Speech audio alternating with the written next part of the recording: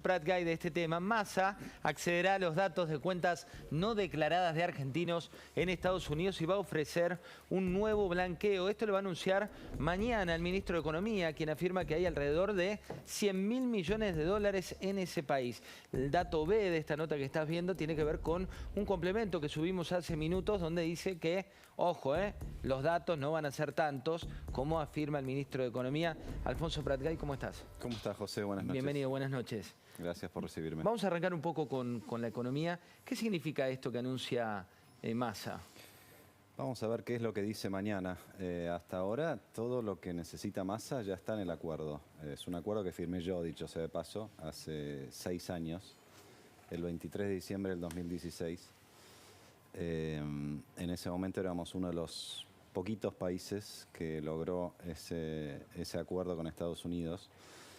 Lo negociamos en conjunto con el entonces secretario del Tesoro, Jack Lew, y él vino a Argentina y después lo firmamos antes de fin de año. Ese acuerdo está vigente hoy y ese acuerdo ya permite hacer lo que Massa dice que quiere hacer. Hay un trascendido. O sea, ¿se había implementado? Porque Sí, claro que sí. Lo que faltaba era para la parte de... A ver, los acuerdos con Estados Unidos en general, pero con Estados Unidos en particular, tienen como 3 frecuencias. Una frecuencia que funciona a requerimiento, un país le requiere a Estados Unidos o Estados Unidos le requiere a ese país. Y en el marco del acuerdo, entonces Estados Unidos está obligado a informar a Argentina o a ese país la información que le está pidiendo Argentina respecto de un individuo, un quil o un quit, una sociedad, ¿no? Después está una frecuencia que es el intercambio espontáneo, que es uno de los países decide, por motu propio, ofrecerle al otro país información que considera que el otro país le puede... que le es relevante. Relevante. Y después está la dimensión del intercambio automático. El intercambio automático, como te digo, en el acuerdo se firmó en el 2016, pero el intercambio automático necesita un protocolo adicional. Ese protocolo lo tienen que discutir la FIP con su contraparte en Estados Unidos. Eso es lo que falta o lo que no se hizo a lo largo de estos años. Ahora, que sea automático no implica necesariamente que va a abarcar más información. Eso es lo que tenemos que ver del anuncio de Massa.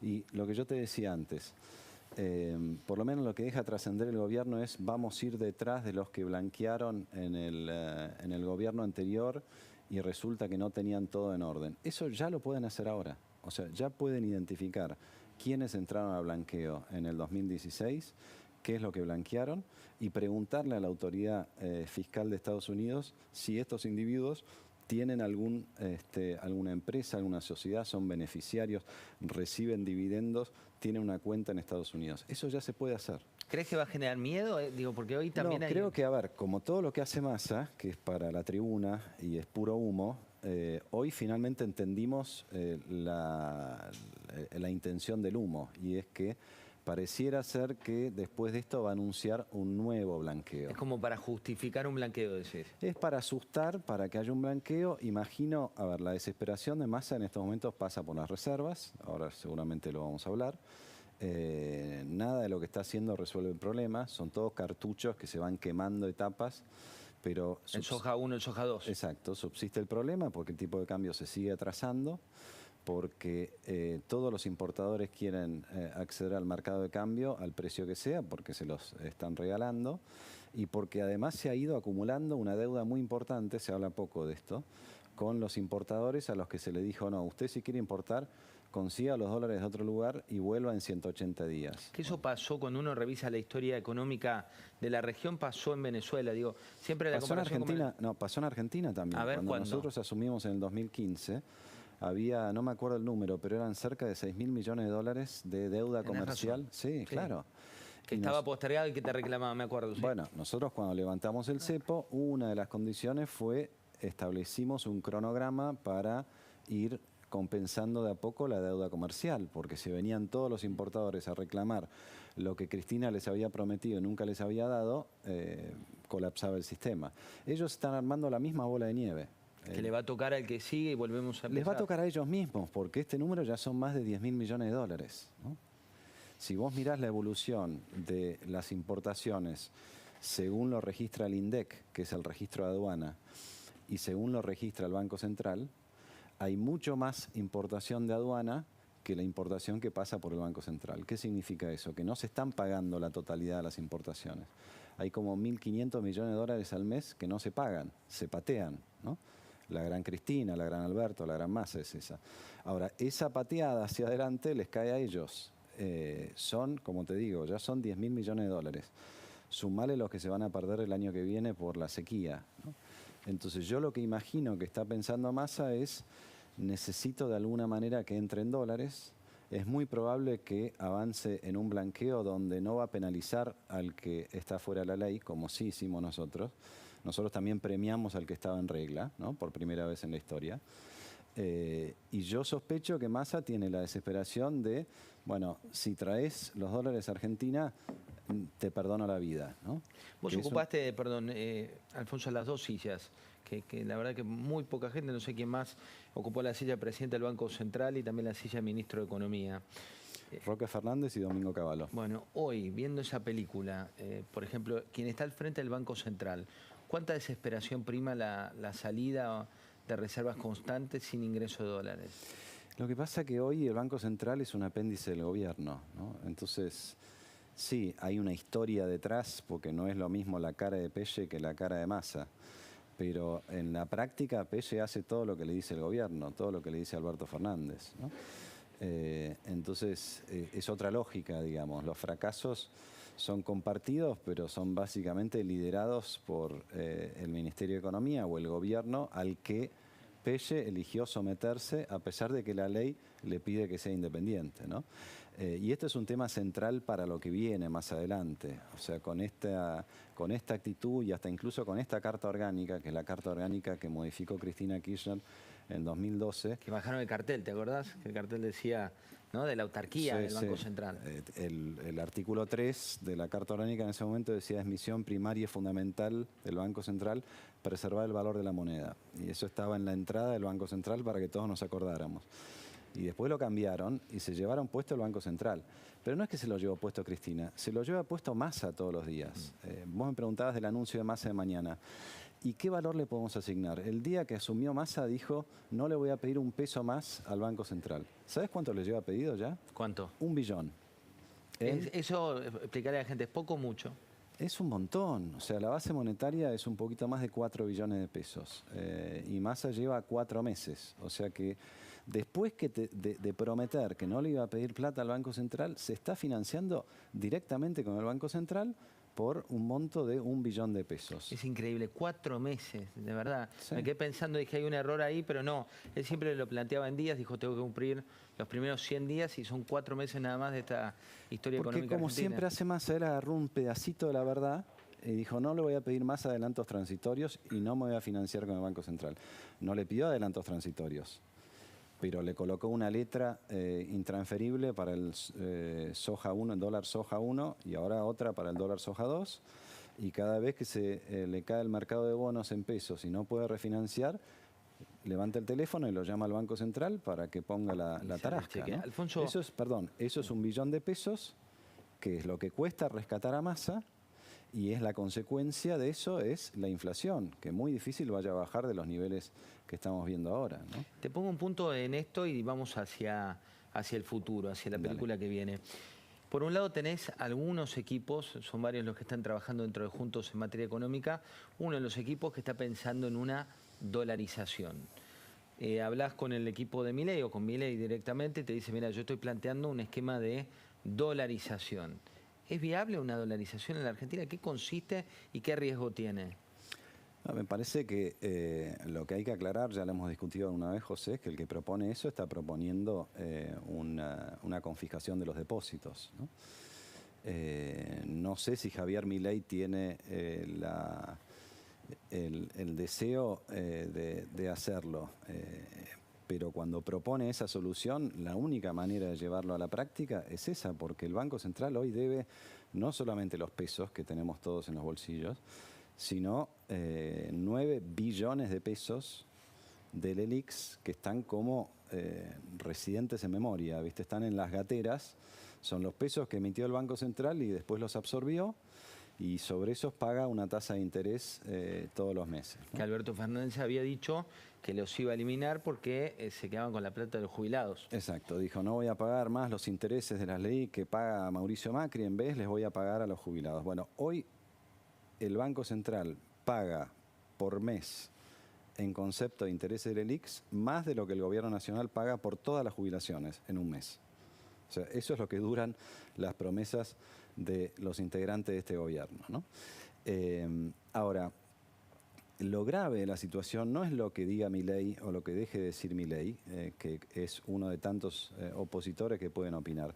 Es el problema de fondo, es el problema en particular. Es hoy los ahorros de los argentinos están básicamente a la deriva de lo que haga el Banco Central, porque es más, hoy los plazos fijos son más o menos parecidos, la cantidad de plazos fijos, a las LELIQs en el Banco Central. ¿Cómo funciona la cosa? Los bancos tienen todo regulado, la tasa de interés que tienen que pagar, la tasa de interés que tienen que cobrar. No hay demanda de crédito porque la economía se está pinchando. Entonces, el depósito que toma un banco lo deposita inmediatamente, a su vez, en el Banco Central, contra una tasa de interés y contra este instrumento de la LELIQ. Entonces, la contrapartida de la LELIQ son los depósitos y los ahorros de los argentinos. Entonces, cuando alguien dice voy a dolarizar y voy a eliminar el Banco Central, lo que no te está diciendo es que va a ser pito catalán. Sí, ¿cómo lo hace? Claro, y del otro lado no están los grandes especuladores, los inversores externos, los fondos buitres, no. Están los pequeños ahorristas, ¿no? Entonces, el tema es complejo, es muy complejo, y es un tema que han armado especialmente durante este gobierno, y que va a ser un gran desafío para el gobierno que venga, cómo encararlo realmente, ¿no? Te meto un poco en política. Sí. Cristina tiene finalmente el fallo el martes. ¿Qué te genera y qué prevés en materia social para el martes? Mirá, yo creo que estamos todos muy distraídos con el Mundial, ¿no? Y reentusiasmados después del... Sí, con una esperanza, la verdad. Sí, con una esperanza, por suerte, ¿no? Porque todo lo otro está tan complejo. Y por supuesto nos gusta pensar que en esta semana se define, y ojalá que Messi sea campeón y todo lo que ya sabemos. Pero esta semana es mucho más crítica que un campeonato mundial. Esta semana se define la primera sentencia, después puede haber, por supuesto, apelaciones, pero la primera sentencia de un juicio que tiene connotaciones inmensas, ¿no? Inmensas para la Argentina que viene. ¿Lo ves como de carácter histórico? Como absolutamente, me parece que está en juego la independencia del Poder Judicial. No digo si la condena es independiente y si no la condena no es independiente. Lo que digo es, estamos todos mirando el accionar de esos tres jueces que después de los alegatos y después de las acusaciones de los fiscales tienen todos los elementos sobre la mesa. Es una causa que tiene ya más de 15 años, como lo explicaron, lo discutiste recién con Mariana, y está todo absolutamente para tomar una decisión, ¿no? La decisión es gruesa porque no es solamente una expresidente, sino que es una vicepresidente, es quien hoy tiene las mayores acciones de la coalición de gobierno. Y en ese sentido sí es un fallo histórico, es un fallo histórico. Si nosotros advertimos, claro, los fundamentos del fallo no los vamos a conocer esta semana, los conoceremos en su momento, pero una vez que tengamos toda esa película vamos a poder determinar, bueno, si acá ha habido efectivamente una justicia independiente en el sentido más amplio de la palabra, que es estudió todas las pruebas sin contar o sin importar el volumen político de las personas involucradas, ¿no? Son muchos años de investigaciones y creo que esto también es una de varias otras causas, y es un recordatorio de que en Argentina los que tienen el poder son los primeros que tienen que dar la explicación, ¿no? Y en esto me parece que que Cristina hace muy mal, porque Cristina se pone todo el tiempo del otro lado, ¿no? Se pone del lado de, no, yo no tengo que dar ninguna explicación. Si a mí me encuentran algo es porque lo inventaron ellos, a mí ya me absolvió la historia. No, no funcionan así las repúblicas. O sea, más de acusar ella que de ser la acusada.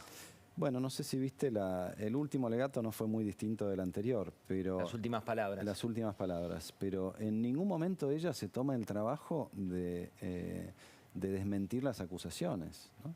Ella no explica por qué es inocente. En todo caso dice, no, lo que me pasaba a mí o lo que hacía un funcionario mío también lo hacía un funcionario de otro gobierno.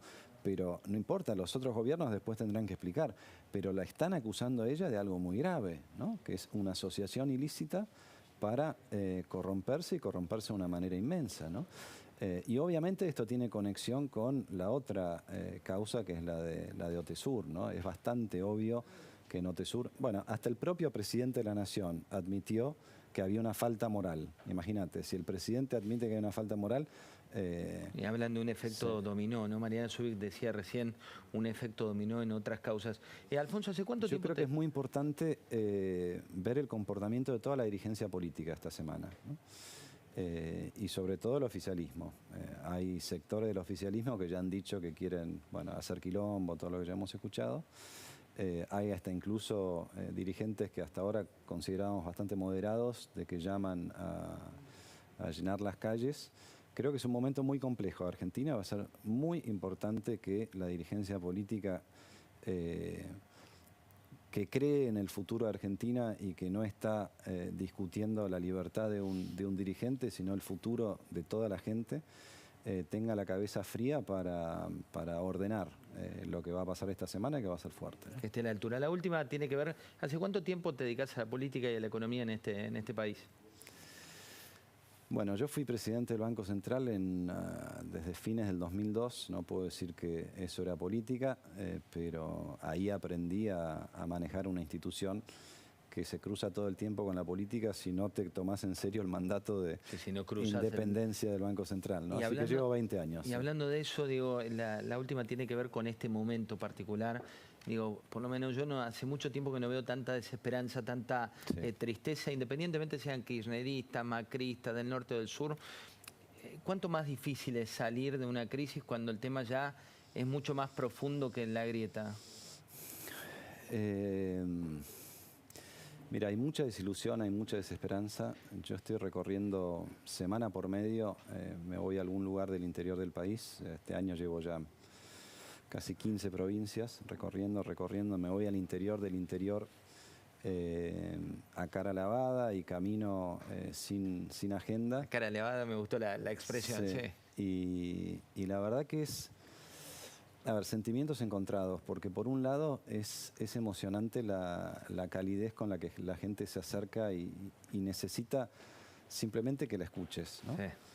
Y por otro lado, lo que vos decís, ¿no? A ver, yo nunca tuve esta experiencia tan contundente, directa de primera mano en estos últimos 20 años.